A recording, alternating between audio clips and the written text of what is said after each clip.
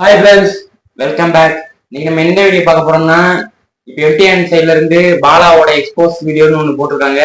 அதான் ரியாக்ஷன் பண்ண போறோம். ஓகே, டைம் சொல்ல வீடியோக்குள்ள போகலாம். வணக்கம் நண்பர்களே. உடல்நிலை சரியில்லாத காரணத்தினால் கொஞ்ச நாள் வீடியோ பண்ண முடியல. இவர் கொஞ்ச நாள் வீடியோ போடல. கொஞ்ச நாள் வீடியோ சரியில்லைதான். இந்த வீடியோ பாத்தியா? கரெக்டா பண்றீங்க. இந்த வீடியோல நம்ம என்ன பார்க்க போறோம்னா, இப்ப ரீசனா நடந்த சில பிரச்சனைகள் தான். அத பத்தி எனக்கு சில விஷயங்கள் தோணுச்சு, அதை உங்ககிட்ட ஷேர் பண்ணலாம் அப்படிங்கிறதுக்காக தான் இந்த ஒரு வீடியோ. பாலா எக்ஸ்போஸ்ட். பாலா வந்து ஒரு சர்வதேச கைக்கூலி, இவன் ஒரு ஸ்கேம். First KPY Bala. இது வந்துட்டு பாலா வந்துட்டு கவுக்கணும், அவர் மேல வன்மத்தை கக்கணும், அவரை போட்டு அடிக்கணும், அவரை அழிக்கணும் அப்படிங்கிறதுக்காக கிடையாது. எதுவாக இருந்தாலும் வீடியோ ஃபுல்லா பாருங்க, பார்த்துட்டு முடிவு எடுத்துக்கங்க. பாலா சார் வணக்கம். கேபிஒய் பாலா பத்தி உங்க எல்லாருக்குமே தெரியும். தங்கமான பையன், தரமான பையனாச்சே. கலக்க போது யாரு, அப்புறம் நிறைய காமெடி ஷோஸ்லாம் பண்ணிருக்காரு, நிறைய ஈவெண்ட்ஸ் பண்ணிருக்காரு, இப்போ வந்து ஒரு படம் கூட நடிச்சிருக்காரு. இது எல்லாத்தையும் தாண்டி மக்களுக்கு நிறைய உதவிகள் பண்ணிருக்காரு. பெருமையா சொல்லுவேனே. இப்படி நம்ம சொல்லிக்கிட்டே போகலாம். இப்ப என்ன பிரச்சனைனா, கேபிஒய் பாலா பண்ண நல்ல விஷயங்கள்ல சில குறைபாடுகள் இருக்கிறதா சில குற்றச்சாட்டுகள் ஆதாரத்தோட சொல்றாங்க.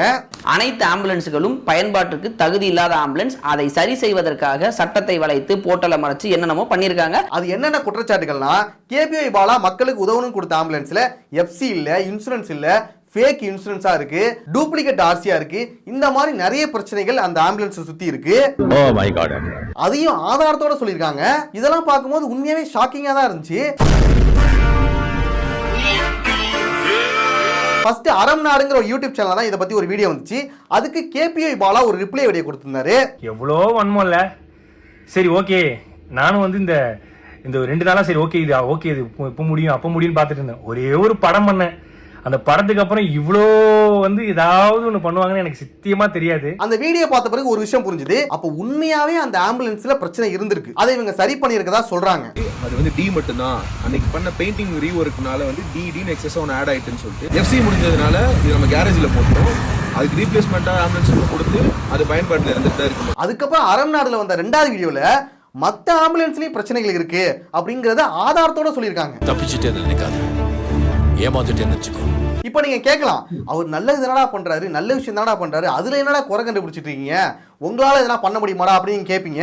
இப்ப நான் ஒருத்தருக்கு வந்து ஒரு வீடு கட்டி தரேன், அதை வச்சு நல்லா மாசா எடிட் பண்ணி வீடியோஸ்லாம் போட்டு அதை பிரபலப்படுத்திறேன்னு வச்சுக்கோங்க. ஆனா அது உண்மையிலேயே அந்த வீடு வந்துட்டு ஒரு வாழ தகுதி இல்லாத ஒரு வீடா இருக்கு, விரிசல் விழுது, ஒரு மழைக்கே தாங்க மாட்டேங்குது, செவுறு இடிஞ்சு விழுது, இல்ல அதுல ஏதாவது பிரச்சனைகள் இருக்கு, அந்த மாதிரினா இருந்துச்சுன்னா நீங்க என்ன சொல்லுவீங்க? நீ தங்குவியாடா இந்த வீட்ல? அவன் வீடு கட்டி கொடுத்துட்டான்டா, ஏதோ வீடு கட்டிட்டான்ல, கட்டி கொடுத்துட்டான்ல, அதுல இப்ப செங்கல் உழுவுது இல்ல இதெல்லாம் நீ பூசிக்க, நீ அடைச்சிக்க, அவன் இந்த அளவுக்கு பண்ணதே பெருசு, அதுல நீ இன்னும் வேற நீ எதிர்பார்த்துக்கிட்டு இருக்கியா அப்படின்னு நம்ம சொல்ல முடியுமா? அட்ஜஸ்ட் பண்ணி வாழ பழகிக்குமா? இதுக்கு நான் உடனே நான் யூடியூப்ல ஃபேமஸ் ஆயிட்டேன், அதனால தான் இப்படி நான் பண்ணிட்டு இருக்காங்க, என்னால முடிஞ்ச அளவுக்கான ஹெல்ப் நான் பண்ணிட்டு தான் இருக்கேன், வேணும்னே என்னோட செல்வாக்க சரிக்க பாக்குறாங்க அப்படின்னா நான் சொல்லிக்கிட்டு இருந்தா என்ன பண்றது? மக்க மதியில இருக்கிற என் செல்வாக்க சரிக்க பாக்கியால. சரிங்க, நான் அவருக்கு ஹெல்ப் பண்ணணும்னு நினைச்சேன், ஆனா அது இப்படி ஆயிடுச்சு, அதை நான் வந்து சரி பண்ணுறேன், அது என் மேலே தப்பு தான், அதை நான் வந்து அதை என்ன பண்ண முடியுங்கிறத நான் பார்க்குறேன், எனக்கே தெரியாமல் நடந்துருச்சு அப்படின்னு சொல்லிட்டு நான் மன்னிப்பு கேட்டுட்டு அதை நான் சரி பண்ண பார்க்கணும். நீங்கள் ஆம்புலன்ஸ் கொடுக்கும் போது அது புதுசு மாதிரி நல்லா கண்டிஷனில் இருக்கிற மாதிரி நல்லா பில்டப்னா கொடுத்து ஒரு வீடியோ போடுறீங்க, ஆனால் அது ரியாலிட்டியில் பார்க்கும்போது சுந்தரா டிராவல்ஸ் மாதிரி இருக்கு. அப்படி இருந்தால் என்ன பண்ண முடியும்? அப்புறம் தான் எனக்கு தெரிஞ்சதுங்க, அவங்க என்ன ஏமாத்திருக்காங்கன்னு. அப்புறம் தாங்க தெரிஞ்சது அவங்க என்ன ஏமாத்திருக்காங்கன்னு.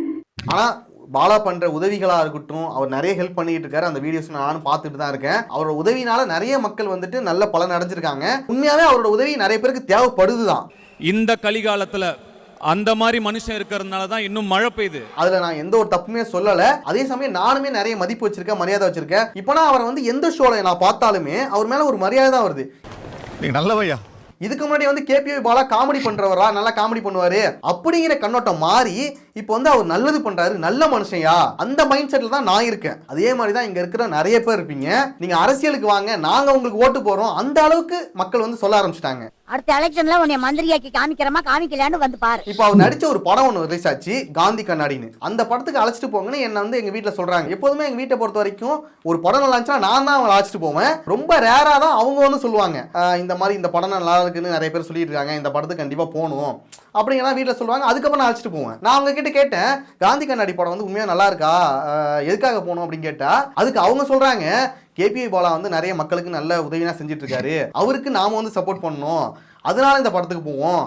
உனக்கு நான் வேற யாரையா செய்ய போறேன்? அப்ப வந்து மக்களுக்கு வந்து உதவி பண்றவங்கள மக்களும் சப்போர்ட் பண்ணணும்னு நினைக்கிறாங்க. அப்ப பாலா மாதிரியே இங்க நிறைய பேருக்கு நல்லது பண்ணணும்னு தோணுது. நம்மளால நல்லது பண்ண முடியலனாலும் நல்லது பண்றவனை சப்போர்ட் பண்ணுவோம் அப்படிங்கிற ஒரு எண்ணமும் இருக்குது. அப்ப நம்மளை நம்பி சப்போர்ட் பண்றவங்களுக்கு நம்ம உண்மையா தானே இருக்கணும். இந்த ஆம்புலன்ஸ் பிரச்சனையை எடுத்துப்போம். TN07D0003 அப்படின்னு வைத்துக் கொண்டாலும் 31 வருஷம் அந்த ஆம்புலன்ஸோட வயசு. 15 வருஷத்துக்கு மேல யூஸ் பண்ண முடியாது. அது ஸ்கிராப்ல போடப்பட்ட ஒண்ணு. ஓகே, நான் ஆம்புலன்ஸ் வாங்கி கொடுத்தேன், அதுல இந்த மாதிரி பிரச்சனைகள் இருந்திருக்கு, எனக்கே சரியா தெரியல. மேபி அவருக்கே தெரியாம கூட நடந்திருக்கலாம், அவர் வாங்கி கொடுத்திருக்கலாம், அது இந்த மாதிரி பிரச்சனைகள் இருந்திருக்கலாம். அது பல ஆக்ட் கீழே இல்லீகல் ரன் வித்தவுட் எஃப்சி இல்லீகலா ரன் ஆயிருக்கு. இது ஆம்புலன்ஸே கிடையாது அப்படின்னும் இதுக்கு பேர் ஒன்று வச்சிருக்கேன், ஜோம்பி ஆம்புலன்ஸ் அப்படின்னு குறிப்பிடுது. இந்த மாதிரி தப்பு நடந்துச்சுன்னா அதை நம்ம சரி பண்ண பார்க்கணும்ல. சிம்பிளான விஷயம் தான், எல்லாருமே இங்க தப்பு பண்றவங்க தான்.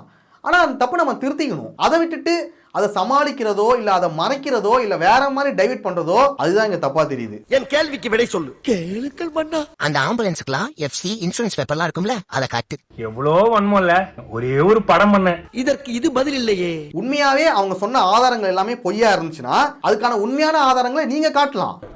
ஏங்க என்னங்க காமிங்க என்ன இல்ல அவங்க சொன்ன எல்லாமே உண்மைதான்னா அதை நீங்க ஒத்துக்கிட்டு அதை வந்து நீங்க சரி பண்ண பார்க்கலாம். ஒன்றும் பிரச்சனை இல்லை, இதுல ஒன்றும் இறங்க போறதும் இல்லை ஏற போறதும் இல்லை, எதுவும் கிடையாது. இல்லைங்க தெரியாம நடந்துருச்சு, நான் ஏதோ மாத்திட்டு சரி பண்ணிடுறேன். இல்ல இன்னொரு விஷயம் சொல்ல வேண்டியதா இருக்கு. இந்த மாதிரி இவரை பத்தி ஒரு விஷயம் வந்துட்டுன்னு வச்சுங்க, ஒரு குற்றச்சாட்டு வந்துடுச்சுன்னு வச்சுங்க, உடனே இங்க பாதி பேர் வந்துட்டு வன்மத்தக்காக்கு வந்துடுறாங்க. சிக்கிட்டா சிக்கிட்டா சிக்காலு அப்படின்னு ஒரு பக்கம் வன்மத்தை வந்து வன்ம போஸ்டா வந்துட்டு இருக்கு. எவ்வளோ வன்மம்ல, சர்வதேச கைக்கூலியா, ஐயா நான் தினக்கூலி. அதையுமே பார்க்க முடிஞ்சது. என்ன மேட்ரு என்ன விவரம் எதுவுமே தெரியாம அடிக்கிறதுக்காகவே வராங்க ஒரு கூட்டம். அதெல்லாம் எங்களுக்கு தெரியாது, அடிப்பா இவன் சிக்குவான்னு நினைச்சேன்டா, சிக்கிட்டான். இவன் ஒரு நாள் மாட்டுவான்னு நினைச்சேன், அதே மாதிரியே மாட்டிக்கிட்டான். என்ன எதுன்னு கேட்காம போட்டு அடிக்கிறா அப்படிங்கிற மாதிரி ஒரு கூட்டமும் இருக்குது. அதையும் நான் சொல்லிக்கிறேன். மிஸ்டர் கந்தசுவாமி, ஒருத்த உண்மையாவே தப்பு பண்ணிட்டான்னா அவனை வந்து சுட்டி காட்டுங்க, அந்த தப்பை சுட்டி காட்டுங்க, அவனை கிரிட்டிசைஸ் பண்ணுங்க, அவனை வந்து அந்த தப்பை திருத்திக்கிறதுக்கான வழியில கொண்டு போங்க. அதை விட்டுட்டு என்ன எதுன்னு கேட்காம போட்டு அடிப்போண்டா, நீட்டு கைய நீட்டு அடிக்கிறோம், நீ பண்ண அடிச்சிரலாம் வந்துக்க. இடம் முடியாத ஒரு எக்கு தப்பான ஒரு கண்மூடித்தனமான வன்மன்னு சொல்லலாம். அது அந்த மாதிரி ஒரு பக்கம் ஓடிக்கிட்டு தான் இருக்கு. ஆனா அவன் நல்லது பண்றான், அவன் நல்லா பேசுறான், அவன் நல்லவன் தான், நல்லா பேசுறவங்க நல்லவனடா, அதனால அவன் எந்த தப்பும் செய்ய மாட்டான், அவனை யாரும் திட்டாதீங்க, அவனை எதுவும் சொல்லாதீங்க, அவனை கிரிட்டிசைஸ் கூட பண்ணாதீங்க அப்படின்னு சொல்றதுல எந்த வகையில நியாயமா இருக்கும்? இந்த சோசியல் மீடியா உலகத்துல மட்டும் யாரையுமே நம்பாதீங்க. Rule number 1, never trust anybody. நல்ல விஷயங்கள் பண்றவங்கள சப்போர்ட் பண்றீங்க, அது நல்லதுதான். ஆனா அவர் ஒரு தப்பு பண்றாரு, அவர் மேல ஒரு சந்தேகம் இருக்கு, அதுக்கான பதில கூட அவர் சொல்ல மாட்டாரு, அதுக்கான ஆதாரங்களோட காட்ட மாட்டாருன்னா அதுக்கும் நீங்க போயிட்டு சப்போர்ட் பண்ணிக்கிட்டு பிளைண்டா ஒரு சப்போர்ட் பண்ணிடாதீங்க. உடனே உடன்படாதீங்க, முரண்படுங்க, முரண்பட்டு ஆராயுங்க, அப்ப சரி பாருங்க. டக்குன்னு பின்னாடி போய் நின்று கோஷம் போடாதீங்க. எல்லாத்துக்கும் பிளைண்டா சப்போர்ட் பண்ணாதீங்க. என்ன ஆகிடும்னா அந்த தப்பை வந்து அவராலே திருத்திக்கிறதுக்கு யோசிக்க கூட மாட்டாரு. அதான் நம்ம என்ன பண்ணாலும் சப்போர்ட் பண்ணிட்டு இருக்காங்க, நம்ம பண்ணுவோமே இஷ்டத்துக்கு அப்படின்னு போயிடுவாங்க. போவோம் என்ன பண்ணிடுவானுங்க. இப்ப பாலாவோட படம் பார்த்துட்டு நல்லா இல்லைன்னு சொன்னா அதுக்கே திட்டுவாங்க போல. என்ன சொல்றதானே கேட்பேன் நானு. இதுக்கு மேல அண்ணனை பத்தி ஏதாவது ஒரு வார்த்தை தப்பா பேசிங்கன்னா கூட அண்ணே உங்களை போட வேண்டிய வரும். அப்படி சொல்றா சிங்கா குட்டிங்களா. இன்னொரு பக்கம் நமக்கே தோணுது, ஐயோ அந்த படத்தை பத்தி நம்ம வந்து நெகட்டிவா சொல்ல வேணாம், எவ்வளவு நல்ல விஷயம் பண்ணிட்டு இருக்காரு, அதையே நம்ம நெகட்டிவா சொல்லிக்கிட்டு வேணா விட்டுடலாம் அப்படிங்கிற மாதிரி ஒரு குற்ற உணர்ச்சி உருவாக்குது. அடியா ஏய் அடி. எனக்கு இதுல இன்னொரு பயம் என்னன்னா, இதையே ஒரு கண்டென்ட் ஆக்கி எல்லாருமே பண்ண ஆரம்பிச்சிட்டா. சொல்றதெல்லாம் பார்த்தா பயமா இருக்கு மாப்ள. இது ஒரு நல்ல கண்டென்ட் ஐடியாவா இருக்கு, இதுல நல்ல ரீச்சும் இருக்கு, மக்களும் பிளைண்டா சப்போர்ட் பண்றாங்க, நம்ம தப்பு பண்ணாலுமே சப்போர்ட் பண்றாங்க, அப்ப நம்ம இதையே கண்டென்ட் ஆக்கி வீடியோ பண்ண ஆரம்பிச்சிடலாம். நம்ம ஆளுங்க பத்தி உங்களுக்கு தெரியுமே, ஃபேக்கா பிராங்க் பண்ற மாதிரி, ஃபேக்கா இந்த மாதிரி ஹெல்ப் பண்ணிட்டு இருந்தா இப்ப நானே ஒரு ஆளை செட் பண்ணி ஹெல்ப் பண்ற மாதிரி ஹெல்ப் பண்ணி உனக்கு பாதி எனக்கு பாதி அப்படி போயிட்டு இருந்துச்சுன்னா என்ன வருது? இந்த கேடி பிள்ளை கில்லாடி ரங்கா படத்துல கூட வரும் ஒரு சீனு, அம்மா ஹாஸ்பிட்டல் இருக்காங்கன்னு சொல்லி காசு வாங்குவாங்க, ஆனா அது ஃபுல்லாவே செட்டப், அங்க இருக்க பணமும் கிடைச்சிரும், அங்க இருக்கிற மக்கள் ஆதரவும் கிடைச்சிரும். அந்த மாதிரி பண்ண ஆரம்பிச்சுட்டா என்ன பண்ணுவீங்க? ஆமாங்கய்யா, நாங்க போய் உதவி பண்றோம். நீ இப்படிதான் பேசுறீடா, நீ என்னடா நல்லது பண்ணிருக்க அவரை வந்து கேட்கறதுக்கு? அவர் மேல ஒரு குற்றச்சாட்டோ இல்ல விமர்சனமோ வைக்கிறாங்கன்னா அது சரியா தப்பாங்கிறத ஃபர்ஸ்ட் யோசிங்க. அதை விட்டுட்டு விமர்சனமே வைக்கக்கூடாது, குற்றச்சாட்டே வைக்கக்கூடாது, பொய்யா ஒரு குற்றச்சாட்டோ இல்லை விமர்சனமோ வச்சிருந்தா அதை வந்து கண்டிப்பா நீங்க கேட்கலாம். ஆனா ஆதாரத்தோட இருக்கும்போது அப்போ நீங்க கேட்க வேண்டிய ஆள் வந்து பாலா தான். என்னன்னா உங்களை பத்தி இவ்வளவு விஷயம் நிறைய பேர் பேசுறாங்க, அதுக்கு நீங்க பதில் சொன்னா தானே கரெக்டா இருக்கும், நீங்க வந்து ஆதாரத்தோட சொல்லுங்கண்ணே அதை பதில அப்படின்னு நீங்க அவர்கிட்ட தான் கேட்கணும். இந்த கேள்வியை இந்த ஆள்கிட்ட ஏன் கேட்க விட்டுட்டீங்க? இதுக்காக நான் வந்து பாலா ஒரு சர்வதேச கைக்கூலி, தப்பானவர், மோசமானவர் அப்படிங்கிற மாதிரி சொல்ல வரல. சர்வதேச கைக்கூலியா? ஐயா நான் தினக்கூலி. அவர் மேல ஒரு சில குற்றச்சாட்டுகள் வந்திருக்கு, அதை அவர் சரி பண்ணிக்கணும், இல்ல அதுக்கான ஆதாரங்கள் கொடுக்கலாம். இது வந்து மத்த யாருக்கும் ஒரு தப்பான உதாரணமும் போயிடக்கூடாதுல்ல. இதை அவர் சரி பண்ணாம அப்படியே விட்டுட்டாருன்னா அவர் பண்ண எல்லா விஷயத்து மேலேயும் மக்களுக்கு வந்து ஒரு டவுட் வந்துடும். நண்பா ஒரே ஒரு டவுட். அதுக்கப்புறம் இன்னொரு விஷயம் ஒன்று சொல்றாங்க, அவர் பண்ற உதவி எல்லாத்தையும் அவர் வந்து வீடியோ எடுத்து பண்ணிட்டு இருக்காரு, அவங்களோட ஃபேஸை கூட இவர் வந்து பிளர் பண்ண மாட்டாரு, இது எல்லாத்தையும் பார்க்கும்போது ஒரு அட்வர்டைஸ்மெண்ட் மாதிரி இருக்கு அப்படிங்கிற விஷயம் சொல்றாங்க. அதை வந்து நாம ஒன்றும் சொல்ல முடியாது, அது வந்து உதவி பெறவங்களோட விருப்பம் தான். இல்லைங்க என் ஃபேஸை வந்து காட்டாதீங்க, பிளர் பண்ணுங்க அப்படின்னு சொல்றது அது அவங்களோட விருப்பம். அந்த உதவி உண்மையானதா அப்படிங்கிறத நம்ம பார்க்கணும். என்னை பொறுத்த வரைக்கும் அவரால் ஒரு 4 பேருக்கு நல்லது நினைச்சுன்னா அது சந்தோஷம் தான். ஆனா காலங்காலமா நம்ம அரசியல்வாதிகளே வந்துட்டு அவங்க பண்ண நல்ல விஷயங்களை வந்துட்டு அட்வர்டைஸ்மெண்ட் தான் பண்ணிட்டு இருக்காங்க. எங்க ஆட்சியில் இதை பண்ணோம், அதை பண்ணோம், இதை பண்ண போறோம் அப்படிங்கிற மாதிரி நிறைய ப்ரமோஷன்ஸ் பண்ணிட்டு தான் இருக்காங்க. சரி நம்ம நெக்ஸ்ட் டாபிக் போயிடலாம். மிஸ்டர் கேகே அப்புறம் தமிழ்வாணி அவங்களோட காப்பிரைட் இஷ்யூ. இப்போ ரீசெண்டா மிஸ்டர் கேகே சேனலுக்கு வந்துட்டு ஒரு காப்பிரைட் ஸ்ட்ரைக் வந்திருக்கு. இந்த காப்பிரைட் ஸ்ட்ரைக்கை வாரெக்ஸ்னு ஒரு ஏஜென்சி கூட சேர்ந்து தமிழ்வாணிங்கிறவங்க கொடுத்திருக்காங்க. யார் இந்த தமிழ்வாணி? இன்னுமா என்ன தெரியல.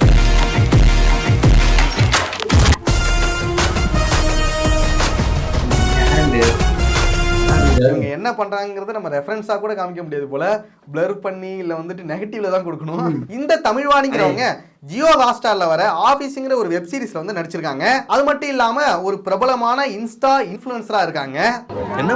இன்ஃப்ளூயன்சரா இருக்கேன் மாமா, பாத்துங்க. இவங்கள வந்துட்டு ஒரு ஸ்கூலுக்கு ஒரு சீஃப் கெஸ்டா கூப்பிட்டு பேச வச்சிருக்காங்க. அதுவே ஒரு பெரிய தப்பு, எப்படி கூப்பிட்டாங்கன்னே தெரியல.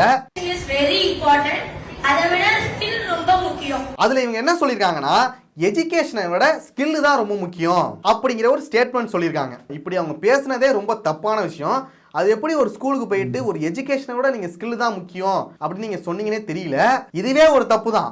ஆனா இதை விட இன்னொரு தப்பு என்னன்னா, சரி நீங்க ஸ்கில் தான் ரொம்ப முக்கியம் சொல்றீங்க, உங்ககிட்ட என்ன ஸ்கில் இருக்குன்னு சொல்லிட்டு எல்லாரும் நோண்ட ஆரம்பிச்சிட்டாங்க. சரி அவங்க என்னதான் பண்ணிருக்காங்க, என்னதான்டா அவங்களோட ஸ்கில்னு போய் பார்த்தா டான் டான் டான் இன்னுமா என்ன தெரியல.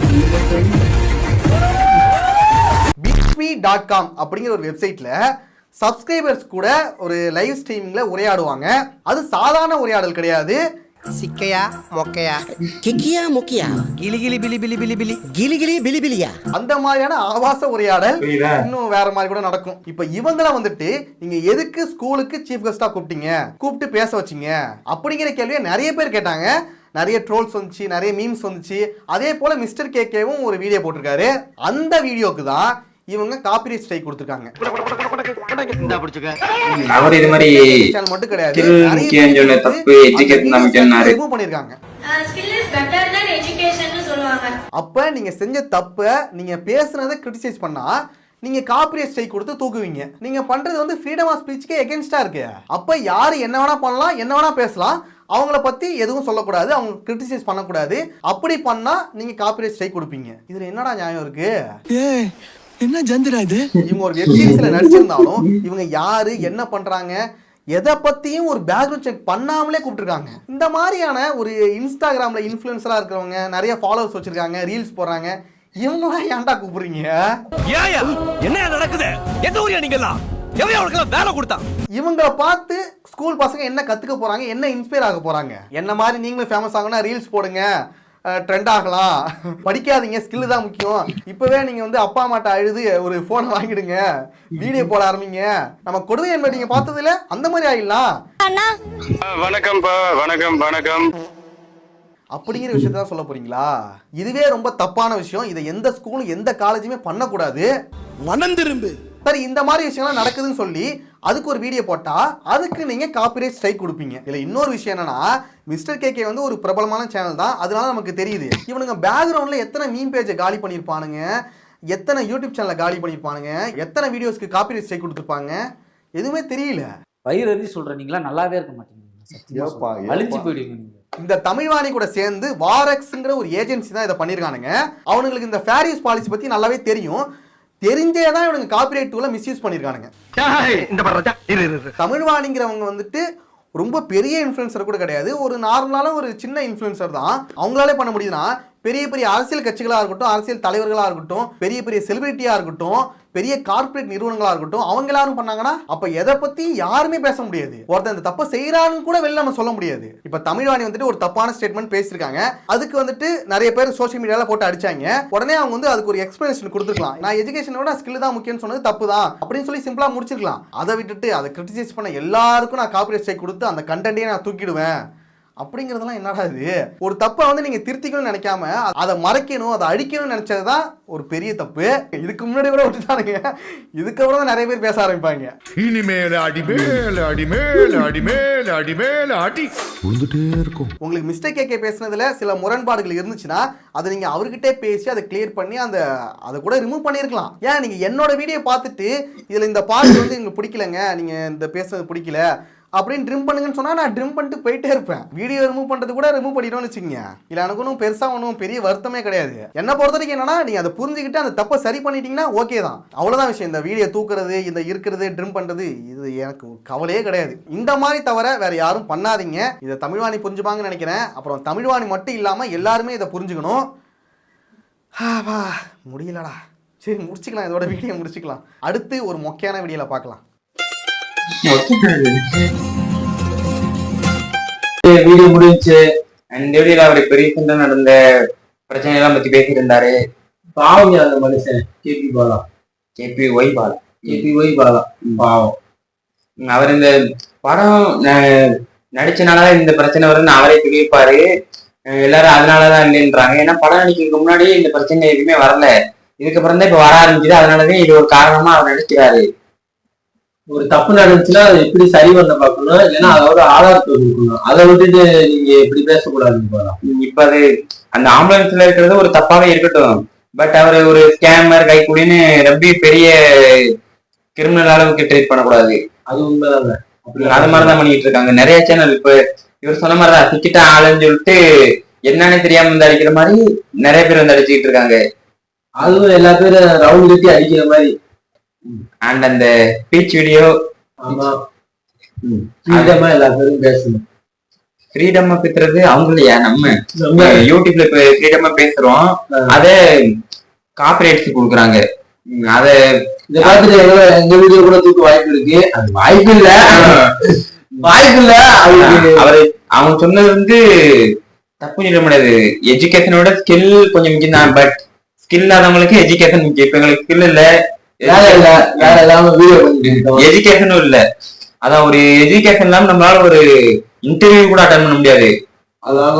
ஒரு ஜிடி குரூப் டிஸ்கஷன்ல உட்காந்துருப்போம், ரவுண்ட் ஆஃப் இருக்கும்போது எல்லாரும் இங்கிலீஷ் தான், நம்ம சைலண்டா இருப்போம்.